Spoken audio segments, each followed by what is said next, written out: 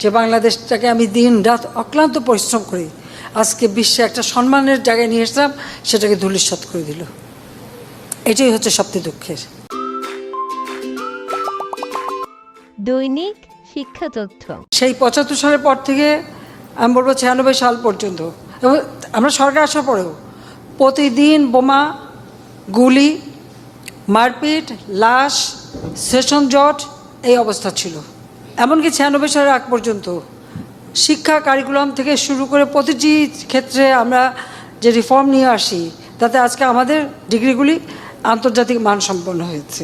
আন্দোলনের ফসলটা হলো আন্তর্জাতিকভাবে বাংলাদেশের ভাবমূর্তি নষ্ট করে দেওয়া, বাংলাদেশের মানুষের যে মৌলিক চাহিদাগুলি পূরণ করে তাদের যে একটা উন্নত জীবন দিতাম সেটাকে নষ্ট করে দেওয়া, সেটাই তো করা হলো। কারণ এই আন্দোলনের ঘাড়ে চেপেই তো ওই জামাত, শিবির, বিএনপি, তাদের সন্ত্রাসীরা যা সুযোগ পেয়ে গেল।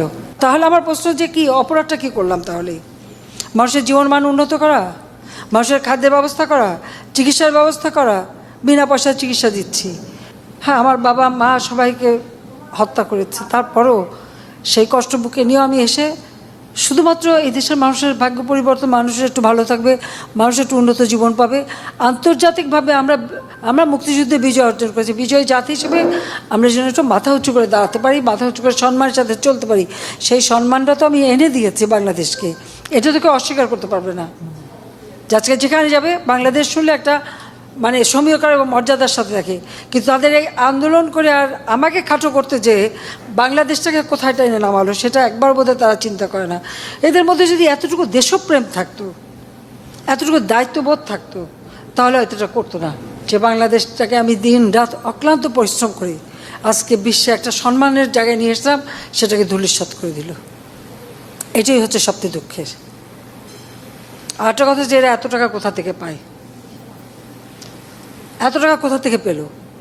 প্রতিদিনে তার আন্দোলন এসে যে খরচ, কে দিয়েছে টাকা? আজকে যখন কোনো রাজনৈতিক নেতৃত্ব ক্ষমতা আসে তখনই দেশের উন্নতি হয়।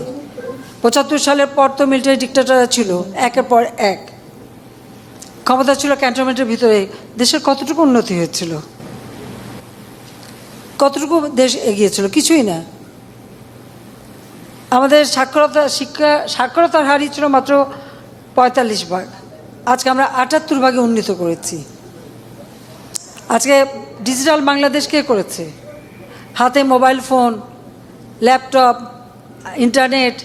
এই ৯৬ সালের আগে একজনকেও দেখিনি ইন্টারনেট ব্যবহার করে। যারা বিদেশি দেশ থেকে আসছে হয়তো ২-৪ জন। এই দেশের ডিজিটাল সিস্টেম তো আমারই করে দেওয়া।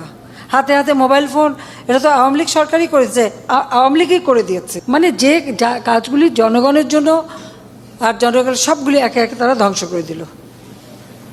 কার স্বার্থে? কার সাথে এটা তারা করছে, সেটাই আমার প্রশ্ন।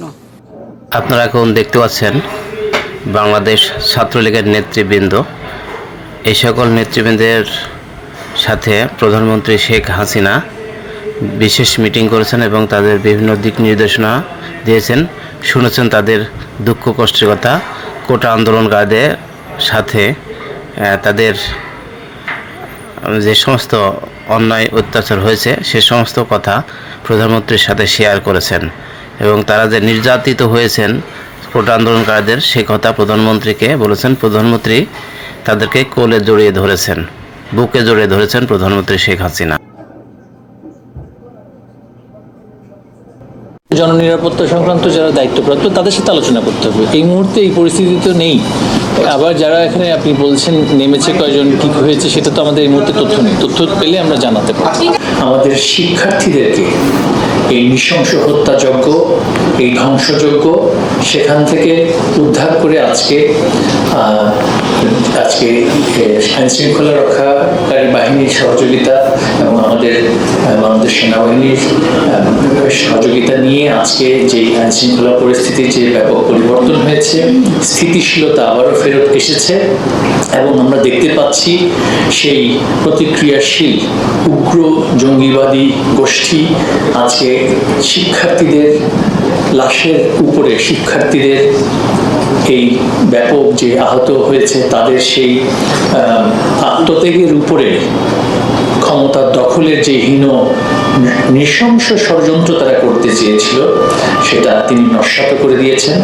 আমরা তাকে ধন্যবাদ জানাচ্ছি বিশেষ করে।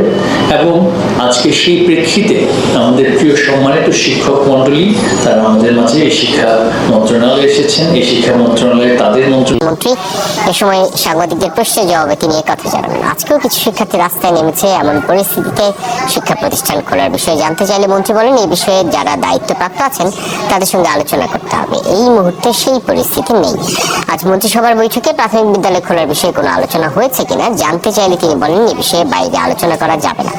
এ সময় মন্ত্রী আরো বলেন, শিক্ষকরা জাতির গৌরব, তাদের দাবি যৌক্তিকভাবে ইতিবাচক মানসিকতা নিয়ে শোনা হবে। তাদের দাবির বিষয়ে সরকার আন্তরিক বলেও জানান শিক্ষামন্ত্রী। সেটা তো আমাদের জননিরাপত্তা সংক্রান্ত যারা দায়িত্বপ্রাপ্ত তাদের সাথে আলোচনা করতে হবে। এই মুহূর্তে এই পরিস্থিতি তো নেই। আবার যারা এখানে আপনি বলছেন নেমেছে কয়জন, কি হয়েছে, সেটা তো আমাদের এই মুহূর্তে তথ্য নেই। তথ্য পেলে আমরা জানাতে পারি। একটু তারা সকলেই আমাদেরকে তাদের পরিচয় বলবেন গণমাধ্যমের সামনে। আমি আমার পক্ষ থেকে এখানেই সমাপ্ত করছি। Thanks for watching. Coming soon next video. Please subscribe our channel, দৈনিক শিক্ষা তথ্য।